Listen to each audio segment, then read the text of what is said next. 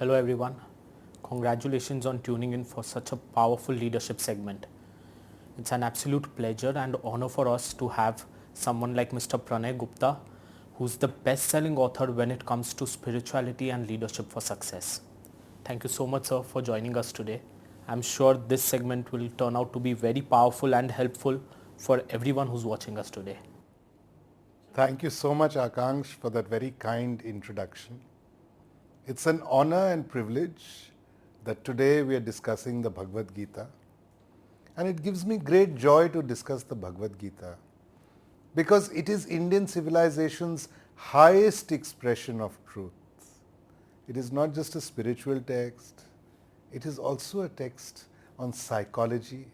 It is a text which enables us to reach well-being, prosperity, success in every aspect of our life. In our material aspect, as entrepreneurs, as team leaders or team workers, whatever our field in life, in whatever aspect, in every age, at every stage of life, it is the perennial or the unending wisdom.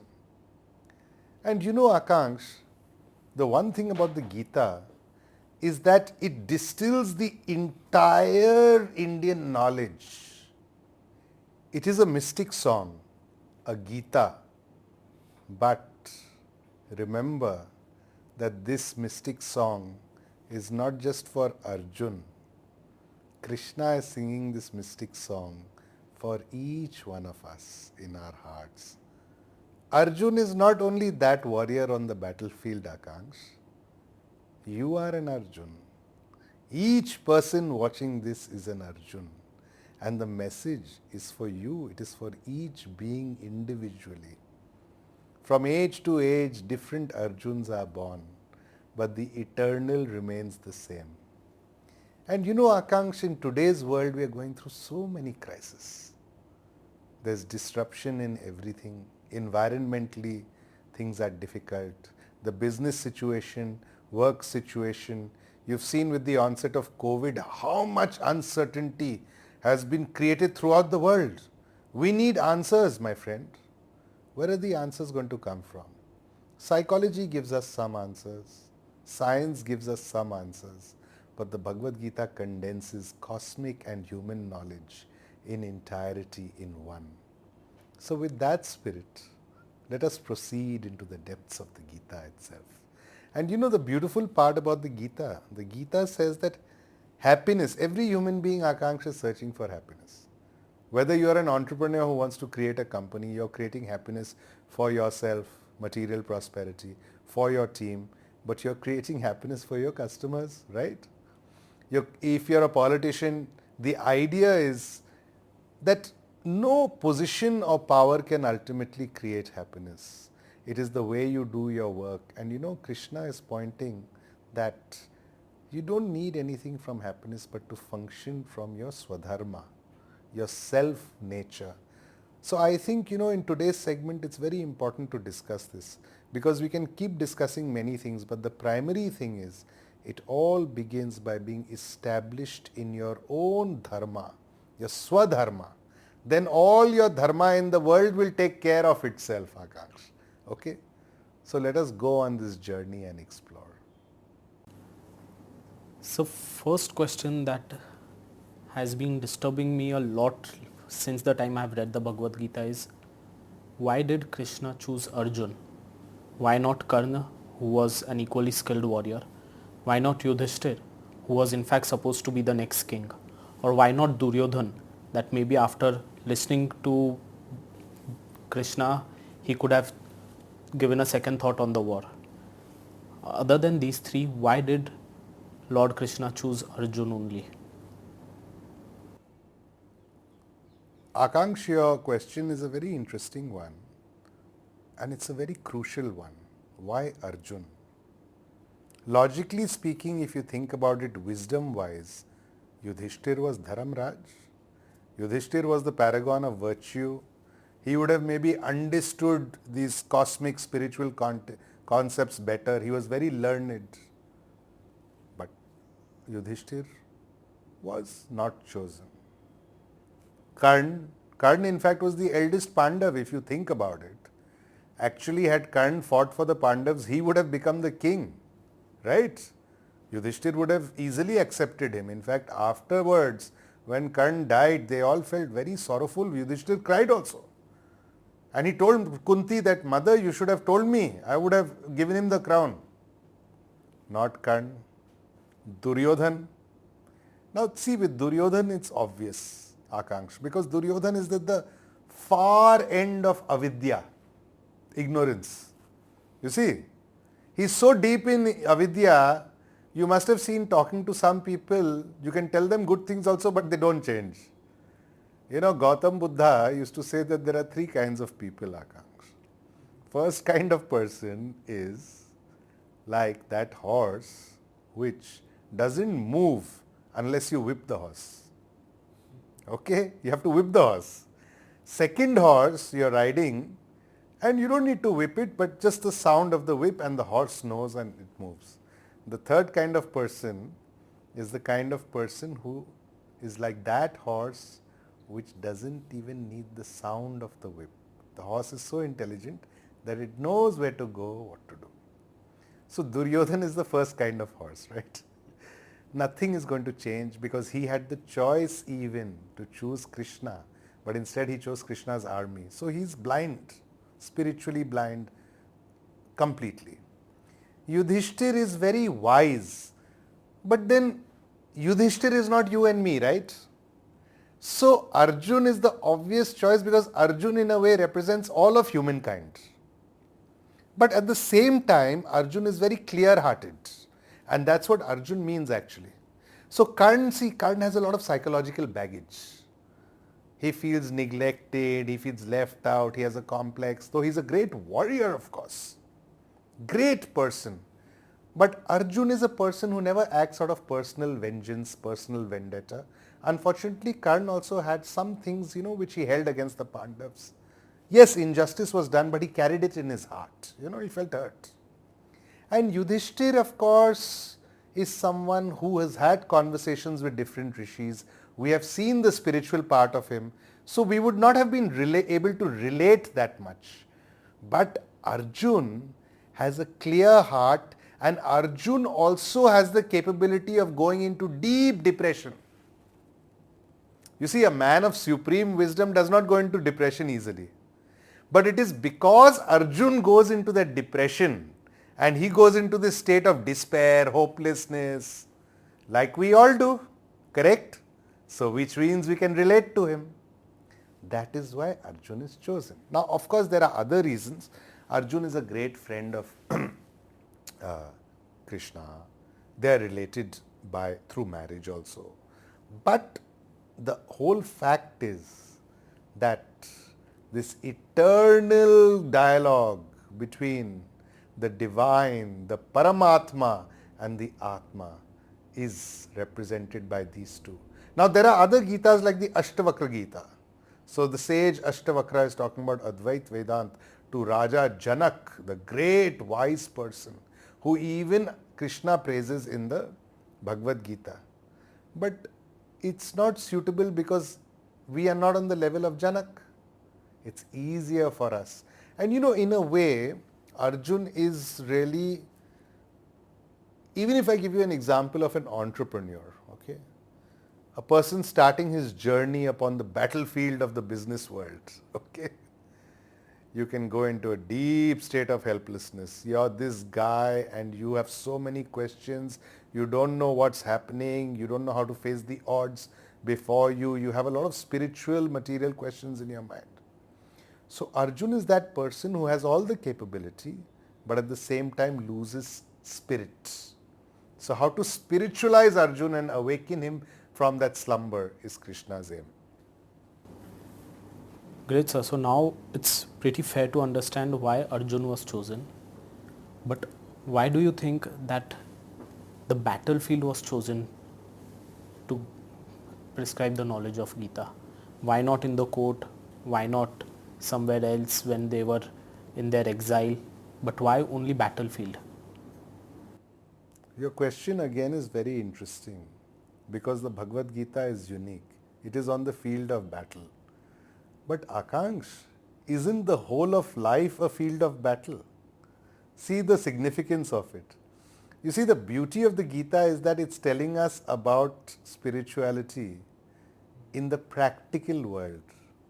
And in the practical, see, for a monk, you don't need to be on the battlefield, or you don't need to do, so-called actions. You don't have to start a business. You don't have to stand for an election. You don't have to look after a family, right? It's a different field. But within practical life and material life, how do we bring out the best in us? And Akansh, the Gita is called the Gita Upanishad. Means that all the Upanishadic knowledge, all the knowledge from the Vedas and so on, is condensed within the Bhagavad Gita. But that knowledge is of no use if life is different, practical life is different, and practical life is different from your spiritual life. In the Gita, spiritual life is merged with practical or material life, right? So mystic and material are meeting. So mystic and material meet when the circumstances are right. And Kurukshetra does not stand for the battlefield only, physically. Kurukshetra means you are also today in a Kurukshetra. You may not realize it, but you are in the Ranbhumi, right? You're fighting your own battles. You've started a company, Onthrology. Now you have to emerge victorious. So you see, the point of despair, defeat, what is Arjun's point? He feels defeated already. In spirit he is defeated. Right. From there he has to move towards Jaya, which is the meaning of the Mahabharata. In fact, Ved Vyasa's original name was for the Mahabharata was Jaya. Okay. He had invited Sri Ganesha to, as his divine scribe. He had actually put the name as Jaya. So it is all about winning in life, victory in life. But victory in what all? Victory of heart, mind, soul, everything. Altogether, even materially. Right. So if it was just a bhashan or a spiritual discourse, so inwardly only then Arjun realized. But over here, no, Arjun had to prove that yes, he got the knowledge. See why Bhagavad Gita is so important. It's practical. It shows you that at a practical level, Arjun changed. Even his actions changed. His actions were like he had given up his bow, Gandhi. It was like this. And then Krishna says, pick up the bow and fight. And he picks up the bow and he shoots his arrows. So he goes from despair to dynamism, from hopelessness to hope, from pessimism to optimism. So you see, from pessimism to optimism. Now, you as an entrepreneur, you tell me, optimism is so important in life. Hopefulness is so important in life. He goes towards courage, sahas. Courage is important in life. He sees, he gets insight, right? He knows he has to be a good example to the world also. He knows he has to fulfill his dharma. So for dharmic, see, there are two kinds. One is that you are dharmic in your attitude, but the second is you're dharmic even in your action, right? So on the battlefield, you have to prove both things. Akansh, it's very interesting. I speak a lot on the warrior code. Bhagavad Gita is one, and the samurai in Japan, if you see, they have a code called the Bushido, traditionally. Comes from Zen Buddhism. So the samurai's state of consciousness when going into the battle is the main thing. Anyone can fight a sword, right, with skills, but the samurai becomes supreme because then the fear of death goes. So before the battle, they have to write a poem which is actually a spiritual expression of their being. And going in that state to the battlefield, it doesn't matter if they live or die. So that is the state Arjun goes to. He stops thinking about life or death. Krishna has taken, what is the biggest fear in life, Akansh? Death, right? First is failure, second is death. And Arjun is generally not scared of death. Other people are. Arjun is a brave warrior.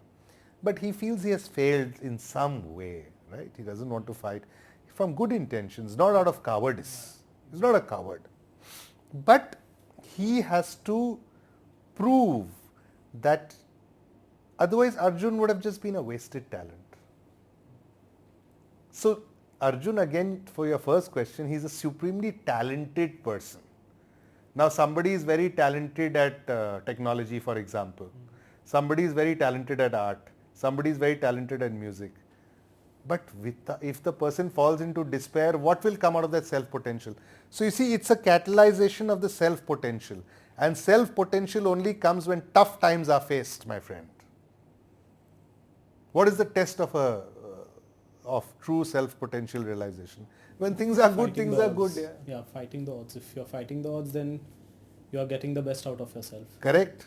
And you must have heard, no, there is this whole thing about, they have studied that sometimes if a mother is driving a child and something happens to the car, and the mother and the seat gets jammed or something like that, when there's an emergency, the mother, an ordinary woman, displays tremendous strength to pull her child out of that. So crisis can bring out the best in you. So the Bhagavad Gita is all about spirituality amidst crisis situations.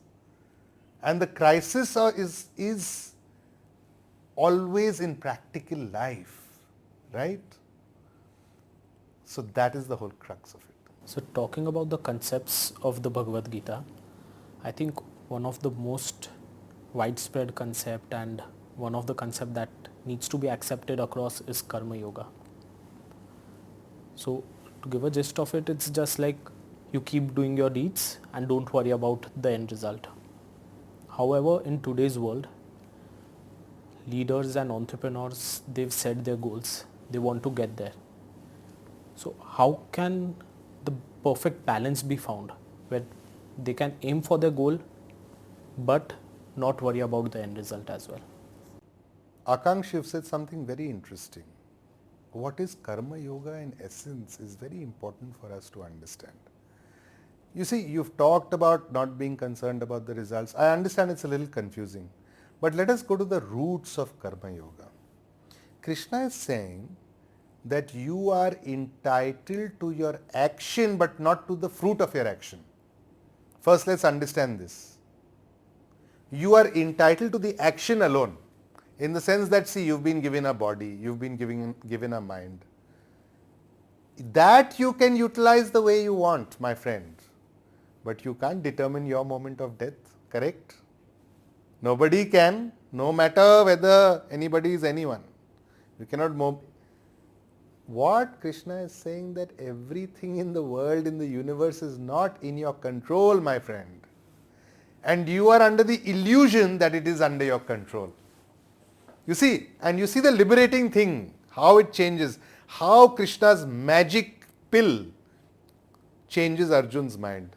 Arjun was wondering what will happen tomorrow, what will happen, they will die, my friends, my teachers, my people I loved. Krishna is saying, you are entitled to your action, that which you can do here and now. Tomorrow and tomorrow every day. See, Akansh, half our life we keep worrying about tomorrow. Actually, if you look at our life, if you look at an average day, half our time we are thinking about the past, half the time we are thinking about the future, right? How many of us are presently dynamic? You see the relaxation the Bhagavad Gita gives you. You become established in the moment. You become established in what you can do now. You see, this is the root of the Karma Yoga. So when you're established in the moment, okay, I'm here, I'm now. Right now I'm doing. But you'll notice our tendency is, see, the result is good, but thinking only about the result, or thinking I'll only be happy when I get X amount of money, that means you're postponing your happiness and you'll keep postponing it. That's a habit. So 10 years later also you will be doing the same thing. So where is that tomorrow going to come? Tomorrow never comes. And yesterday is dead. Get it? So there's this saying, Akansh, in the old sacred texts, that you can never dip your feet in the same river twice. Think about it. A river is flowing, right? Same way life is flowing. That water is new which is coming. So, see, for an entrepreneur, for a leader, you have to deal with change in life. And you work in a very dynamic business landscape because you're in technology, right?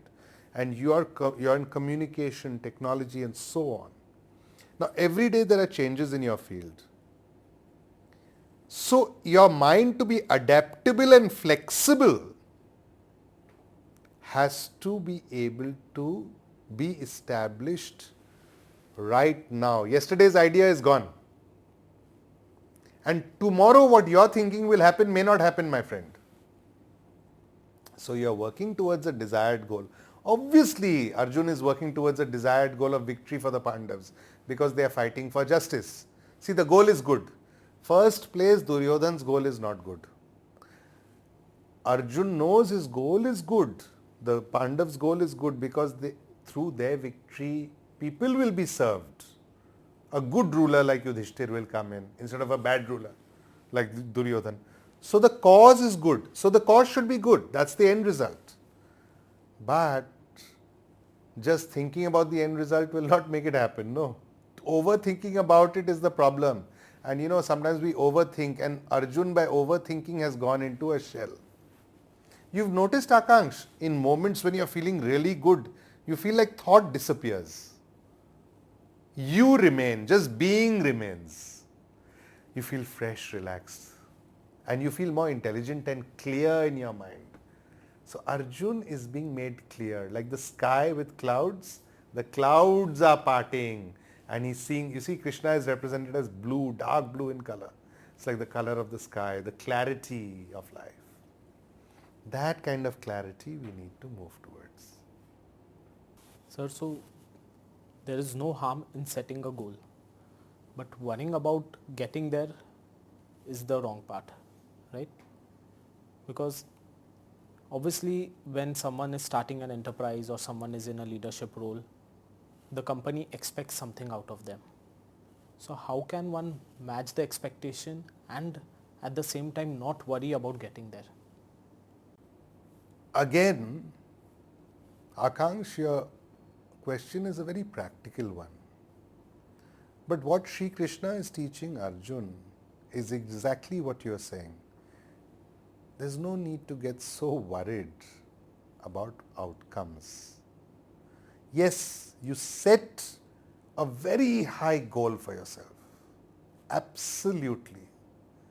You see, Krishna is not discouraging Arjun from working towards the goal of victory. No. The goal is victory. The goal is already there. And Arjun knows it. It's not like he's telling Arjun, forget about victory. See, if he was doing that, he would have told Arjun that, either you leave the battlefield, or he would have not been giving so much spiritual knowledge. He would have just told him, go and achieve victory, victory, victory. But he's telling him about a larger aspect of life. So even if you're an entrepreneur, like you said, or a person in a business organization working towards a result, let's understand some larger perspective. And the larger perspective is what the Gita does. You see, otherwise people are just being driven like cattle, yeah. I mean, what is that higher aim, that inner power, how does it shine? And Krishna says something very interesting. Krishna says, when you act like you are not a doer. You're a medium for action. You see, Akanksh, your intellect, your inner power, your ability to communicate, think about it. If you think of yourself as an instrument or as a medium through which some work has to be done, immediately all your worries disappear. You see how liberating it is? That okay, God, existence, whatever is doing the work through me. So what happens is immediately your sense of self-doubt disappears. Then the whole responsibility is not just on your shoulders. You feel free to act. What is a dynamic person? You'll notice some very charismatic dynamic personalities. When you see them, you'll not see them in a state of self-doubt or chinta or overthinking. They're there and they're open and they're free. So act freely. What Krishna is telling Arjun is act freely. And the only way to act freely is to forget that you are a doer. You are not the doer in the whole universe, right? Some work is done through you, my friend. So do that work to the best of your ability. And there's another aspect, Akanksh, which I wanted to touch upon. And that aspect is that you should not be attached to your actions. See, don't be attached to actions and don't be attached to non-actions. It's about attachment. If you're too attached to an action, what happens is you're not free to act. You're keeping on thinking of iska kya hoga. You see, the intellect gets bound down by your apprehensions, your fears. What is the biggest problem in life? We feel very hesitant to act often. So half the time you'll see we are spending time not acting freely. Now your action could be anything. Now if a painter only keeps thinking about the painting and how it should be, beyond the point that doesn't make sense because the speed of creating the product will not be there, right? Obviously the planning stage is too important and a person should even have the power to, if some work is done, if you're building a product and the product is not good enough, you cut it out. But don't you think, Akanksh, in your study of entrepreneurs and leaders of any kind, they are people who keep trying? In another segment, you remember we've discussed Thomas Alva Edison, that he created the light filament 1,000 times and somebody said, "Arey, you failed 1,000 times." He said, "No, I've succeeded in knowing what not to do." So then he succeeded the next time. So keep shooting your arrows. Krishna is telling Arjun, Arjun, keep shooting your arrows. That is what you do best. And when you keep shooting your arrows, they will meet their mark. Right? If you look at it in the entrepreneurial world, it's like Elon Musk says, right? Don't be afraid to fail. So what is there? If you're not, he says something very interesting. If you're not failing often enough, you're not innovating enough. You see? So the innovator is not about one big idea, no. It's about carrying on, taking the next few steps. It's like this, Akanksh. If you're climbing a mountain and you look at the mountain and you see, oh, it's too big, yeah, you won't be able to take those steps properly, right? But if you're enjoying the journey and if you're not too concerned and you carry on step by step by step by step, you'll reach. Pay attention to each day as it comes, each moment as it comes. So essentially, Akanksh, it's about making your consciousness carefree, dynamic. You know, it's gati shilta, the dynamism of life. Because life, everything in the universe is changing, Akanksh. Okay? And Krishna shows Arjun through his Vishwaroop or his divine form how everything changes, the galaxies, the movement of the universe. People die, they are in this circle of life and death. But to keep pace with this change, it is very important to be inwardly established in the unchanging element. Everything changes, but something remains. That is the eternal, that is Krishna, that is God, whatever you call. So for us to get identified with the change, today this has happened, today that has happened, tomorrow something else will happen. First find that inner sense of self, the unchanging, anadi, ananta, atma bal, atma shakti. So karma yoga is about creating the spiritual strength. That is called atma bal. If atma bal is there, all your other strength in life comes forth. Your intellectual strength, your strength of emotions, your strength and carefreeness to relate to people, your sense of friendliness to the world, your ability to inspire your team, so on and so forth.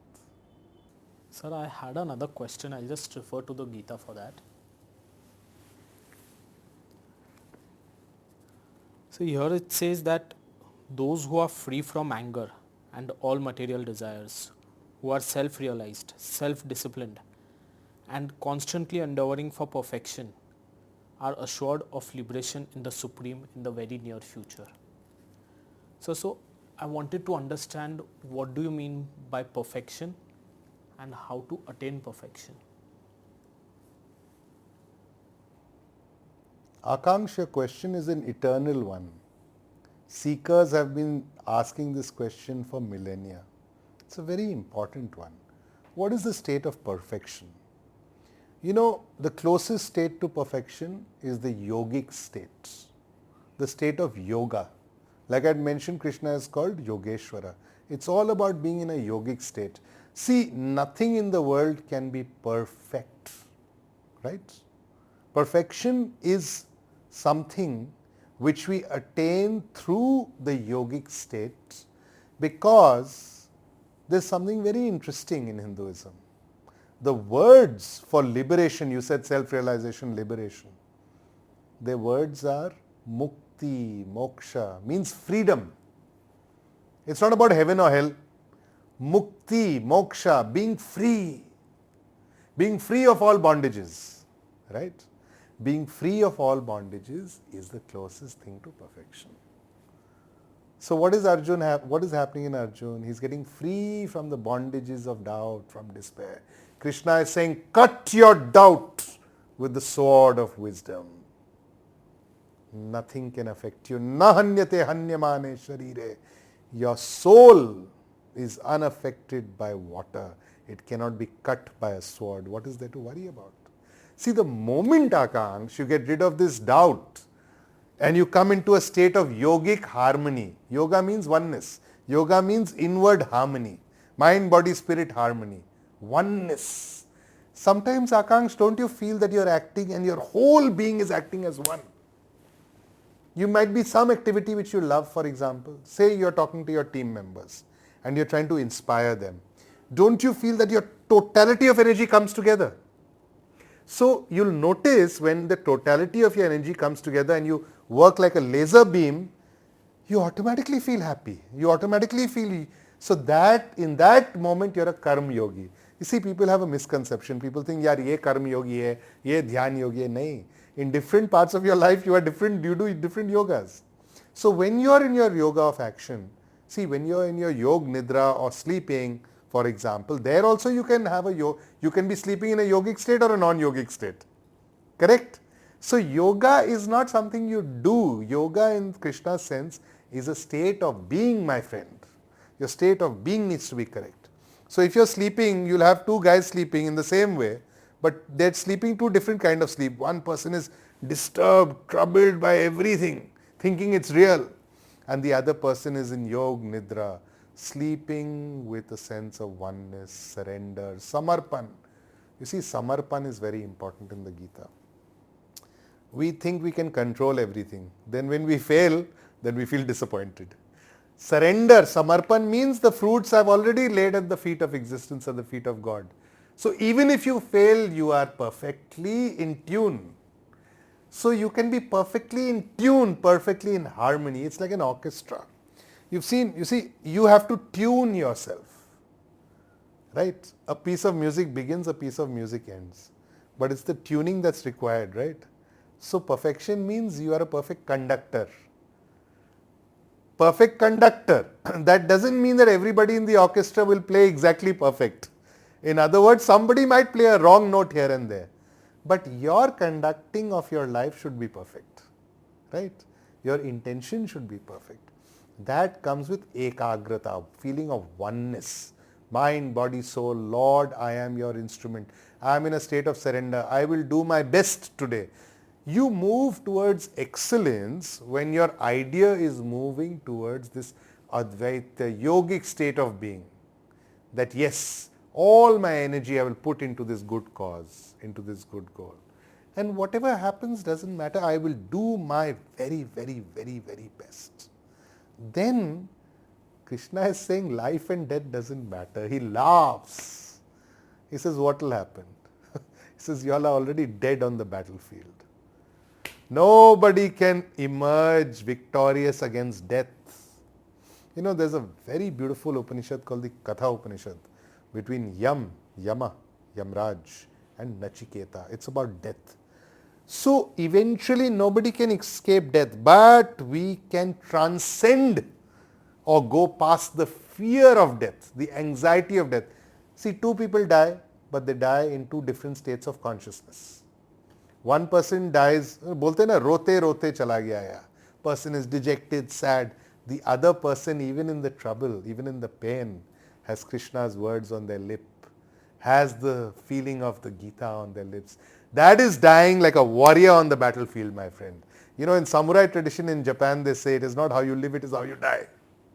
But actually, if you're prepared to die, no, your life will be okay. Steve Jobs, I had mentioned in another segment, he had told students at Stanford, you know, the best thing in life, the best way to achieve your goals, you had asked about goals, is to know that you're going to die any moment, right? It's inevitable, so you surrender to that. Once you surrender, Akansh, your fear goes. When you struggle, it's like this, you know, in our old Vedic knowledge it is said that if you're swimming in a river, now if you try to swim against the current, you will drown. You cannot do it, right? Swim with the current. Go with the flow of life. Go with the flow of existence. Go with the flow of Krishna. That is what it means. When you go in the flow, you're floating, it will take you to the sea destination. That is the meaning. You go in harmony with life itself. And you see, what changes in Arjun? Only his mindset, his inner being changes, no? Through the inner being changes, the outer being changes, the whole circumstances of the Mahabharata change. You know, it's very interesting, Akansh. People think that, oh, the Kauravas were defeated, the Pandavas were defeated. Actually, the main factor in the Mahabharata is one. It's called the X factor, Krishna, right? Without Krishna, the Mahabharata has no sublime meaning, right? Death, you've heard the story about the Pandavas also going to hell.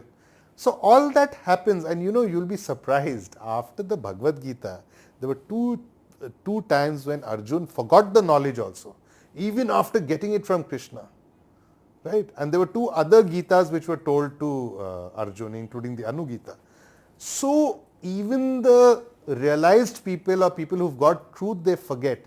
So the Gita is reminding us. That's why the Gita is not like an ordinary novel, Akansh. That's why you carry it with you. Because you'll read it today, then you'll again read it tomorrow. It's like fresh waters, what we talked about the river. Fresh waters refreshing your being. So perfection means you keep refreshing your being every day. Think of it at a practical level, Akansh. As an entrepreneur, tell me, every day you have to refresh your vision or not? Every day there are disruptions. Every day there is new technology, right?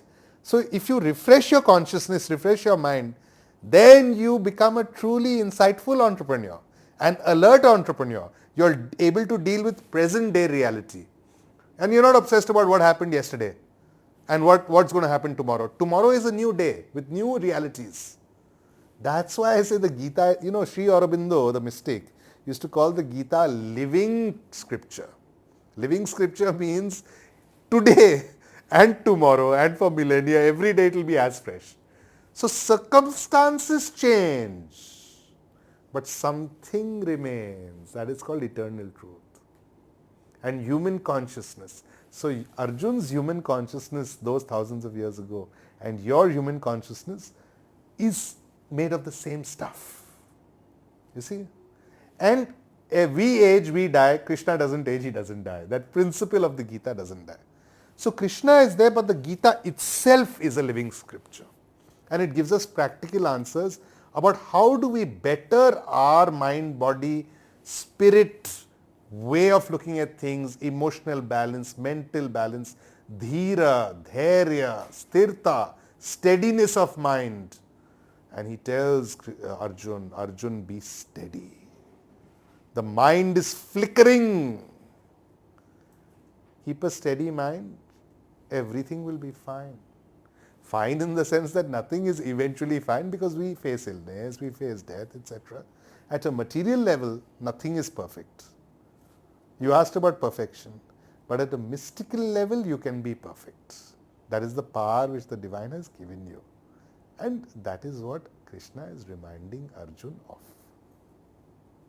So you also mentioned that Lord Krishna says Arjun to cut all the doubts with the sword of wisdom. What do you mean by the sword of wisdom? Akansh, Krishna prescribes 4 swords. See, the sword is the same. The way it looks and the technique it's used with is different. So those 4 swords are what? Those are the 4 yogas. Okay. So the first sword is, you can put it in any order depending on your inclination. It is not 1, 2, 3, 4. Depending on what you want to use, that is available to you. So the sword of bhakti, bhakti yoga, devotion, right? Bhakti yoga means devotion, devotion to your tasks, devotion and love for God, most important. Devotional attitude in life. And you've seen, Akanksha, in the practical world, only if you're dedicated, devoted to what you do. Devotion means doing what you do with love. Praying, worshipping God with love. Acting with love. See, love is a quality. You can direct it in any way you want. Right, Akansh? So, you can direct it towards meditation, towards God. You can be like you can say, Lord, I am your servant. Through you, I will do the work. Like Hanuman is for Ram. You know that attitude of the dasa, that I am your das. I am just free. Whatever you want to do through my mind, body, spirit, do through me, Lord. And then you feel free to act. So that is the sword of bhakti. Okay. Second sword is the sword of the karma yogi. That is unattached action. So the sword of the karma yogi cuts through this apprehension of action. It takes away the fear of action. Act freely. Cut through all obstacles. Doesn't matter. Keep acting. Or keep shooting your arrows. Keep shooting your bullets, and it'll find its mark. Those who try once and again will succeed. Half the people, Akansh, if you've seen the non-achievers, they're simply sitting like Arjun was sitting, and they're sitting, in English there's that expression, a rabbit before the footlights. Paralyzed. Paralysis. In fact, Arjun's state is described as a mental emotional paralysis, and it leads to physical paralysis. Seen his body language also changes. I often talk about body language, And body language is very interesting. Arjun has gone into a slump. He's gone into a slumber. And then his body language changes and he arises as a warrior. Because now he's free to act. He's using the sword of karma yoga. Unattached, come what may, Lord, I will act. That is the second sword, Akansh. The third sword is the sword of dhyana, meditation. So in Raja Yoga, the dhyana is the basis of all spirituality in India. You look at Patanjali's Yoga Sutras, you look at Ashtavakra Gita, you look at Yoga Vasishtha, you look at the Upanishads, you look at Vaishnavism, you look at Shaivism, you look at the Shiv Sutras, you look at the Vigyan Bhairav Tantra. It's all about having a meditative attitude in life. So the meditator, and meditation does not mean sitting for 10 minutes and doing meditation. No. Meditation means a continual activity throughout life, like an undercurrent. So Akansh, you could be doing your work in a meditative activity. Somebody could be sweeping the floor in a meditative activity. The action remains the same. The attitude changes, Akansh. That attitude is the sword. Bring the attitude of dhyana into your work.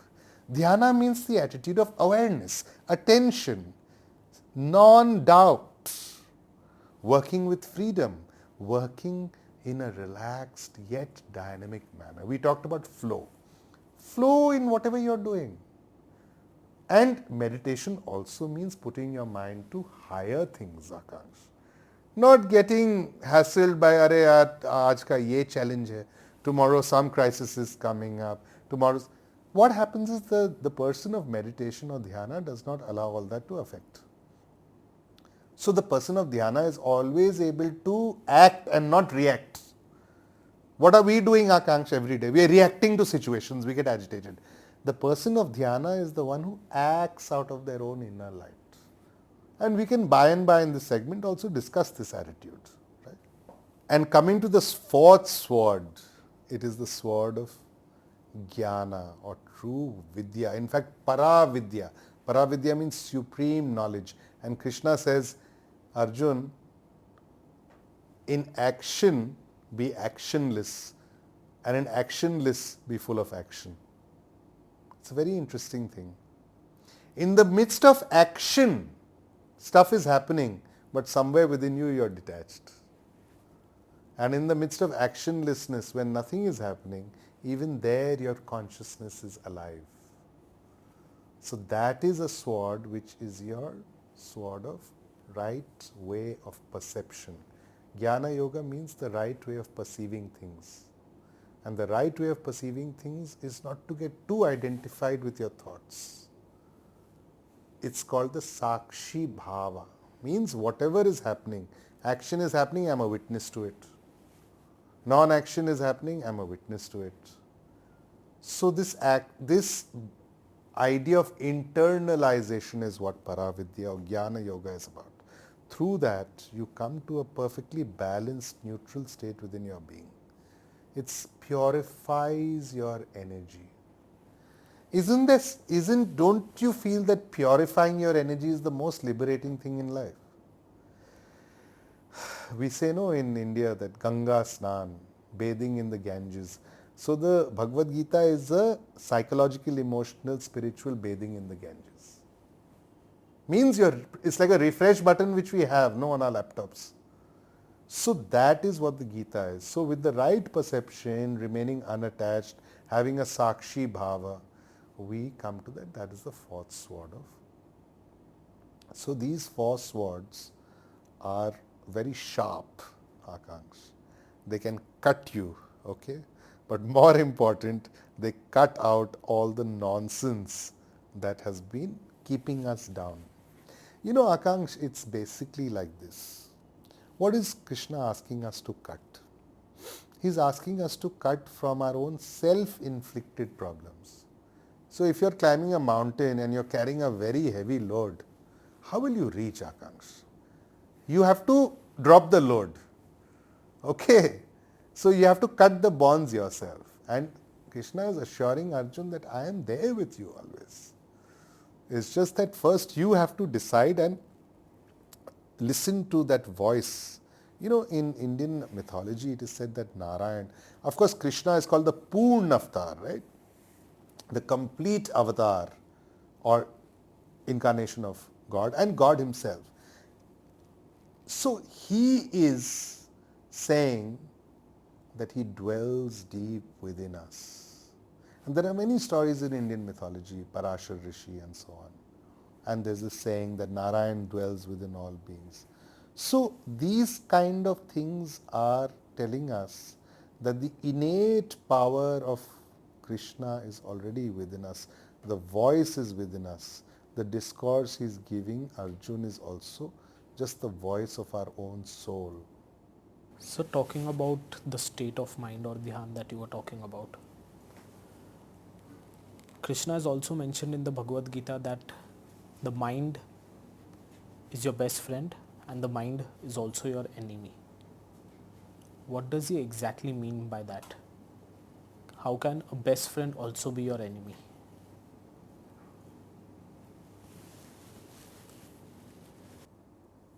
Akansh, when the mind is in a meditative state, it is your best friend. And when the mind is in an anxious and chaotic state, it is your biggest enemy. So the mind is a great and dangerous warrior. You must keep it on your side. And the best way to do it is to be in a meditative state of being. You know, in the Bhagavad Gita is not about what we call rational thought as such, not just that. It's about the intuitive part of being. What we think is logical, to give you an example, what is an innovative person about? A creative entrepreneur, for example. Somebody who can think out of the box. Somebody who's going beyond the so-called logic of what... See, if everybody can have an insight that an entrepreneur has, then he's not the first to do it, right? Or she's not the first to do it. So your intuitive ability, so the mind is your best friend when you engage that intuitive ability within yourself. And you'll realize one thing, Akansh, if you have a great idea, if you examine it, you'll realize that you had that idea, it's almost a meditative state. Like that eureka moment. When you have the best ideas, you're flowing in a meditative state. You know, it's very interesting. People separate science and spirituality. I tell them it's not like that. Albert Einstein used to go into an almost meditative state, his thought experiments, right? And he used to contemplate, for example, that idea, if I can ride a wave of, if I can ride a beam of light, that thought experiment. It was a meditative, intuitive sort of a thing which led to the theory of relativity and changed the paradigms of science, right? Same way we find the stories of Madame Curie in chemistry. A lot of innovators have had this insight. I was reading about, the structure of the atom, and who was that person who actually, saw it in this intuitive state, semi kind of a sleeping state. So within us is supreme intelligence. That supreme intelligence needs to shine through. So the mind is your best friend when that intelligence is shining through. Meditation is taking away the clouds of despair from your mind. Then your mind is your best friend because it becomes a pure mirror for the divine intelligence, cosmic intelligence. That is when your mind shines with the light of the greater, it's your best friend. And when it is clouded by the clouds of your own negativities, your own apprehensions, your own doubts, your own wrong way of looking at the world, your own likes, dislikes, etc., your own identifying with pain, pleasure, entertainment, etc., those are outer things. Your inner state of being becoming purified is when your mind becomes your best friend. And purification of mind is what? Purification means purification of body, mind, being, senses, living life a little simply. I always give people an example of Steve Jobs. He never aspired to be on billionaire lists. He had a very simple house. People used to say he just had a very basic seating area. He used to sit on the ground. He had a couple of masters on the wall. I think he had Einstein, he had Neem Karoli Baba and a few people he admired. And he had a music system. And he lived a life almost Zen-like, very monk-like. So what happens is, even in an example like Steve Jobs, you'll see basic simplicity of being. He was not into collecting the latest car, and there's nothing wrong in collecting cars or collecting houses, but getting identified with it. I was reading about Musk. I think till recently he used to shack up with friends in their house. It's not like he's gone and built the greatest house in the world or something like that. So a basic simplicity helps. Akansh, simplifying one's life at all levels gives one a clarity, and it automatically makes the mind, the greatest attribute, all the Upanishads and all, they end with Om, Shanti, Shanti, Shanti, right? Peacefulness. So the mind which if you're mentally peaceful, all things become good. So bringing your mind to rest and not getting, so Krishna says the mind is as fickle as the wind. It goes here and there.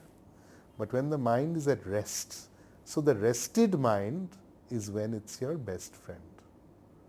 That doesn't mean you don't be creative, you don't have the most creative ideas. But actually the most creative ideas come out in that spark of the meditativeness. This is an experience all innovators have had, whether they are innovating in technology or in art or in science or anything. It's a basic principle of excellence. And the West increasingly, Akansh, I find it very interesting because, I don't segregate, spirituality is one thing, neuroscience is one thing, psychology is one thing. I say the Bhagavad Gita is summarizing all. Like in neuroscience, there's a brain chemical called dopamine, you've heard, anandamide, that ananda. So when the mind is working in a state of ananda, it becomes more efficient. So you asked, when is the mind your best friend? The mind is your best friend when it functions in a state of ananda, blissful joy. Ananda is the basic component of creation according to Indian spirituality. Okay? So think about it. If you're in a state of ananda, it's fantastic. You can do things which you not thought possible. I'll give you a small example. You see networkers, good networkers, people who can pick up the phone and make those 10 calls. How do they do it? Because there's a certain joy and people like to receive their calls also. They become natural at it. It's because it comes from some ananda. No, the other person also responds. And ananda shared multiplies. Your state of mind, if it's in a state of ananda, you'll see some people when they walk into a room, they have a very good vibration. They give a vibration of ananda and that becomes charismatic. You become magnetized, you become attracted to them. Natural born leaders, kind. But the basic principle, if you see, no, they may try and inculcate that joy within themselves, no matter what happens. And the real test of a good person or a brave person is somebody who can be blissful and in a state of ananda no matter what happens. Doesn't mean they're non-serious or fooling around. No. It means that they are ready to joyfully and optimistically face whatever comes. And that is the primary attribute of a good leader in any field. And for an entrepreneur, infinitely more, because you're constantly fighting an uphill battle. Now, if you're going to an investor meet and they're not joyful in hearing you, the party's over. If they feel happy hearing you, half the battle is won. You know what I mean? So even Arjun, in a way, Krishna is telling Arjun to fight it in a state of ananda, in a way. Why fight this battle like you are lost in spirit and all? You'll not be there. Fight it with your completeness of energy. And completeness of energy means ananda. It does not mean laughing and joking, but it means that you do what you do happily. That's what it is. The Gita is about reminding us that we are never helpless, we are never weak. How is Arjun feeling? He's feeling weak, right? He's feeling helpless, right? Krishna is reminding Arjun that you are never weak, you are not helpless. You are not helpless. That's the first thing. The moment you realize that you are not helpless, you are not weak, I, the Lord, am with you, is Krishna assures him. What happens is Arjun suddenly starts seeing a different vision of things. See, an entrepreneur, like you had asked, your special interest, being an entrepreneur yourself. An entrepreneur needs courage. An entrepreneur needs an overzealousness, a kind of a confidence not only for himself, herself, but for others, to inspire, uplift others. But if in the first place one is already defeated, helpless, weak, what is the whole point? You cannot do anything. Forget about others, you cannot even inspire yourself. And vice versa. So really, it begins with knowing that power within yourself. Sir, you've mentioned quite a few times throughout the session that Gita is not just spirituality. It's psychological, spiritual and everything else.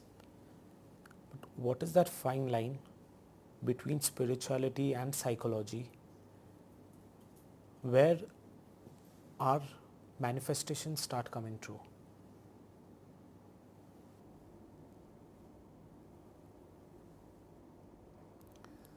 Akansh, you must have heard of the expression Sat Chit Ananda, right? It's a very Upanishadic, very powerful, almost like a formula. Sat, truth, Chitta as in consciousness, and Ananda as in bliss. So what Arjun is being told is that if he establishes himself in the truth for the fight of justice, he will see that he must fight. Number one, his intentions become clear, his actions become clear. So Sat is something which is one level, it is cosmic truth, spiritual truth, but the truth of your own duty, the truth of what you should be doing, the truth of your self-purpose. Truth. From that truth, psychological, spiritual truth, comes better chitta, consciousness. When you are working out of truth, like today you need to achieve something as an entrepreneur, you'll do it truthfully, with integrity, with honesty. If you don't, there's no point, Akansh. Right? Or this session we're trying to do. That leads to good chitta, satta chitta. Chitta. Chitta means purified consciousness, purified psychology, purified heart, body, mind, spirit, emotions, whatever you call it, our way of perceiving things. And from correct chitta, we move towards ananda, the bliss element, what we've talked about. No. Without ananda, there is no point in anything. And ananda you can get through doing good work, through doing good karmas, through doing good bhakti, like we discussed, through doing meditation, Raja Yoga, Dhyana, and through cultivating right perception or jnana yoga, right? The four swords we discussed. Then again, through these things, we are able to erase our self-doubt and we are able to manifest and reach our goals. So basically, I tell people, don't get so confused. It's a very powerful thing in our Vedic knowledge that through these kind of formulae, we can achieve and we can put our life in the right direction. In the Shiva context, you must have heard of Satyam, Shivam, Sundaram, right? Again, Satyam, truth; Shivam, goodness, good consciousness; Sundaram, Sundaram is the beauty, magnificence, wonder of the universe. The meaning is almost the same. So Sundaram also has that aspect of beautiful, blissful beauty, right?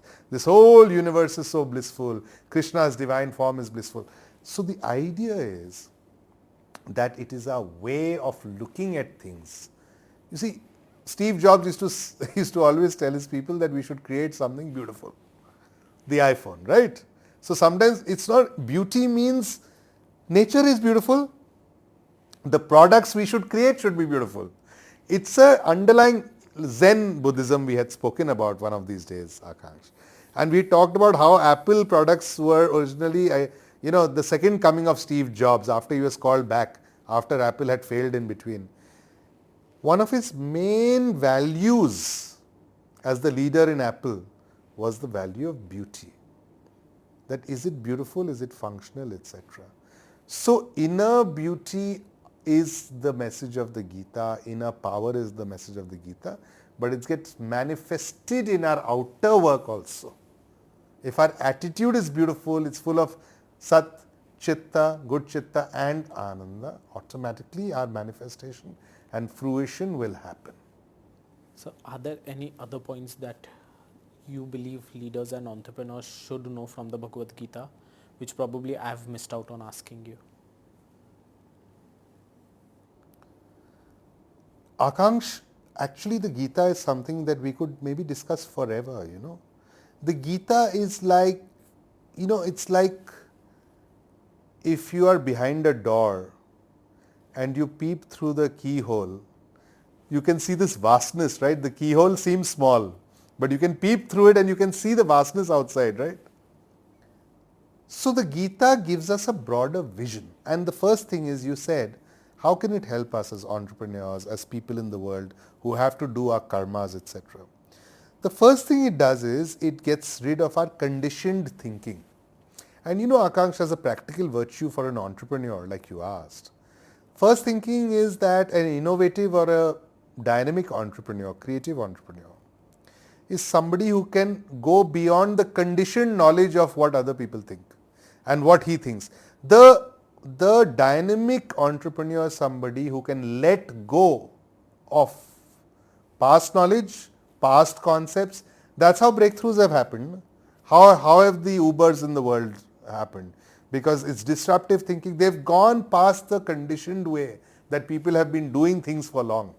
I think somewhere else we had mentioned, right? Elon Musk had taken the example of Henry Ford. And he said, when Henry Ford came up with that mass-produced cheap automobile, a lot of people said, hey, horses are better.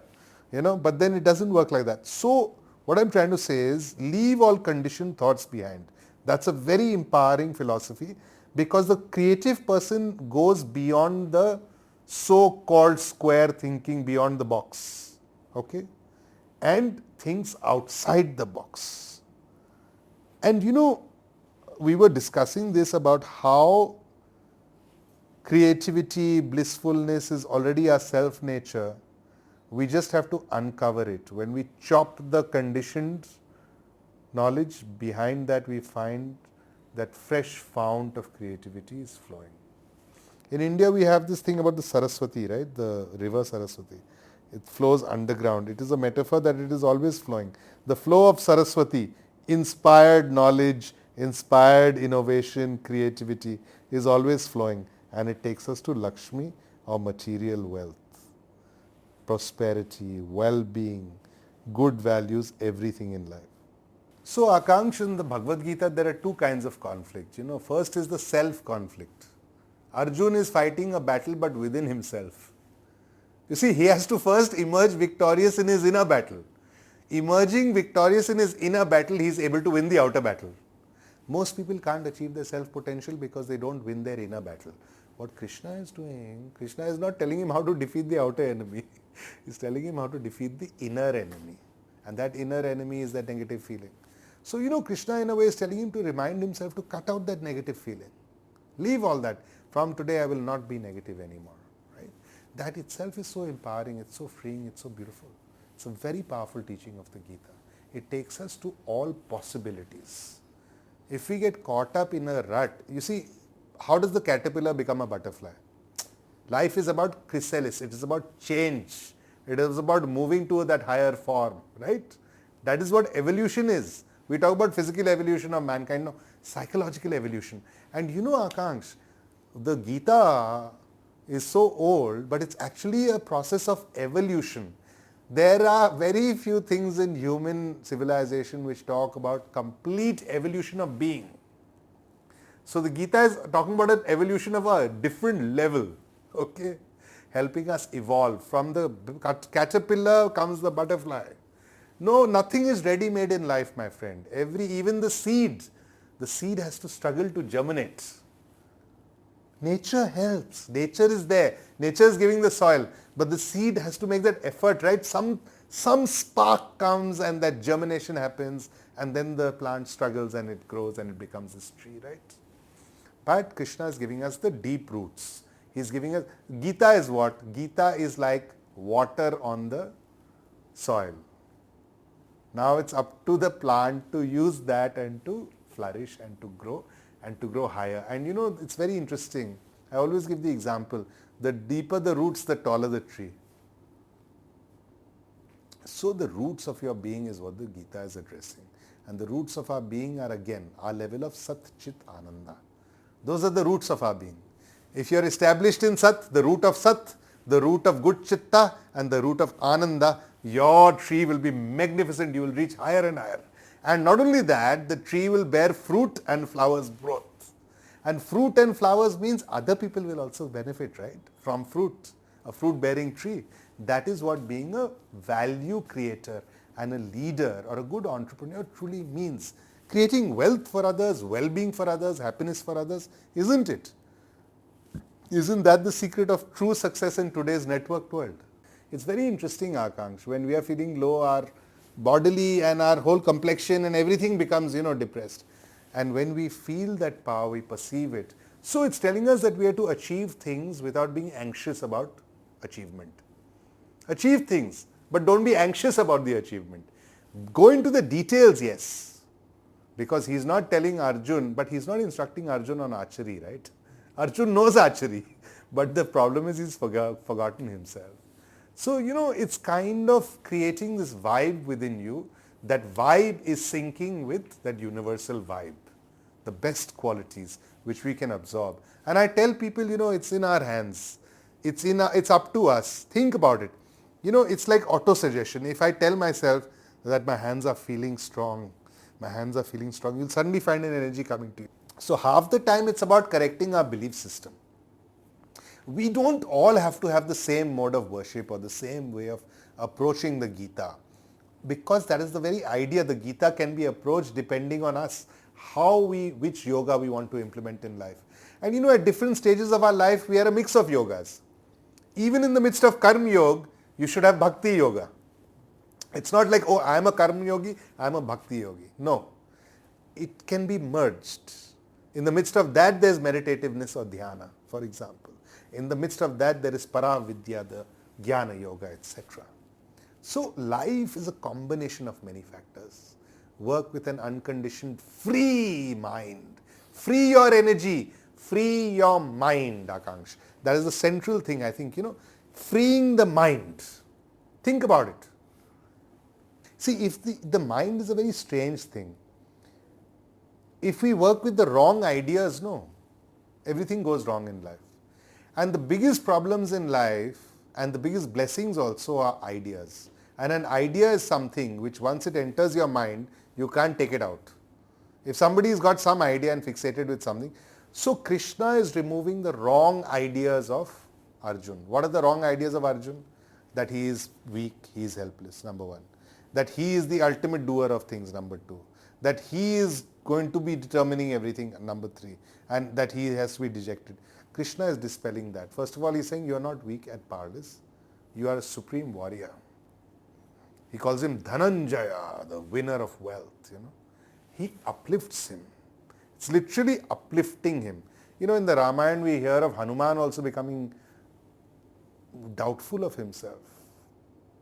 He doesn't know if he has that power, that strength. He's forgotten. And then Jambavan and the Vanarami and other people, they tell him about his greatness, and he realizes his greatness. So self-realization of that inner power is the key thing. Also, somebody was asking me, the Bhagavad Gita is all about being strong, and I said, no. It's also about one other very important thing. It's about understanding that first of all, it's important sometimes to be weak also. Be vulnerable before the Lord. What does Arjun do? He's helpless. Sometimes we need to be like Arjun, helpless. Don't try to just say, I'm strong. No. See, the Lord comes to our aid, or that divine power existence comes to our aid, divine intelligence, when we are in a moment of down. You'll notice that when we are in a moment of down, we remember God more. Don't you think, Akansh? When we are in our so-called happy moments, we forget God. So sorrow is not a wrong thing. Don't misunderstand me. Sorrow, feeling low, feeling bad is not a wrong thing. That's why I'm against this Western psychology. A lot of that, that pop culture, feel good, no. Feel positive. No, sometimes negative moments are the starting point. In Yoga Vasishtha, it's called mumukshu, the state of the seeker. The state of the seeker has doubts. If there's no doubt, if there's no question, where will the answer come from? Right, Akansh? The answer will only come when you ask it out of that state of doubt. Gautam Buddha went from that. When he saw the sorrowful things, he became a Buddha, right? Ram became Ram after the exile and all that challenges, right? Right? Arjun became the greatest when after this, right? That's the way life goes. So if there is no challenge, if there is no moment of weakness, don't be afraid to be vulnerable. These days we live in a very macho culture and people are always one-upmanship and all. It's very important sometimes to reflect. And through that reflection, one attains to a higher wisdom. One thing very important to remember about the Bhagavad Gita is that somehow Krishna is telling us that change is the natural order of things. As an entrepreneur, you know the power of change, right? New things are coming and every day is a changing landscape, right? In the business world, technology world. But you look at nature, Akansh, everything is revolving, the seasons. You have springtime, you have summer, you have autumn, you have winter, back to spring. Galaxies are revolving. It seems everything is revolving. And the word Krishna comes from Karshan. Karshan means attraction. Means Krishna, everything is revolving around Krishna. It's like a universal central point. It's a very interesting thing. Nobody's found the center of the universe, but we know everything's revolving. The planets in our solar system are revolving around the sun. Our solar system is revolving around the galaxy. Our galaxy is revolving around something. So everything is in a constant motion, but in the midst of that, there is something unchanging that is called the Krishna consciousness, right? And that is what we need to inculcate in our life. When we become connected to that higher, we are able to go past change and deal with change in a far more steady, calm, absolutely intelligent, perceptive manner. And when your state of perception is correct, your actions will be correct. You will not be making as many mistakes. You will be flowing with the true nature of things. That's very important for us in all aspects of our life. Going back to your question, which I was just reflecting on, Akansh, you had asked about why the battlefield, I think another aspect also is that Krishna is reminding us that our moment of enlightenment can happen anywhere, anytime. Means we don't have to go to a particular mode of meditation, etc. In the midst of everything also, your enlightenment, your greater knowledge can dawn, right? We need to be in a state, it's called Sharanagati, as in, surrender to this greater truth. See, whether we believe in God, not believe in God, that's a different question. But the physical universe itself is so vast, my friend. The physically only we are living in this magnificent vastness. Eventually the Bhagavad Gita is about being in wonder of this vastness. Through that wonder, in the Shiv Sutras it says wonder is the foundation of yoga. Let's have some wonder in our heart.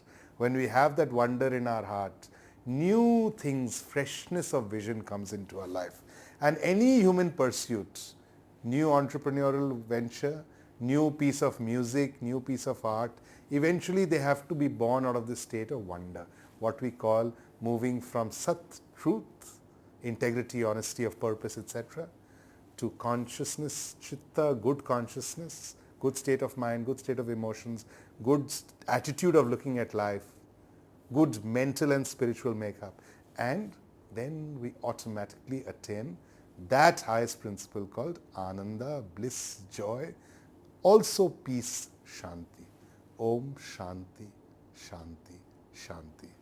My best wishes for the well-being, Ananda, joy, bliss, prosperity, success, and peace within you and in everything that you do. I think this was a very deep segment into the Bhagavad Gita.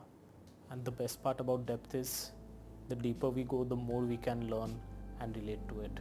So thank you so much, sir, for taking us so deep into this segment. And I'm sure a lot of leaders, a lot of entrepreneurs will be born out of this segment. Thank you, sir.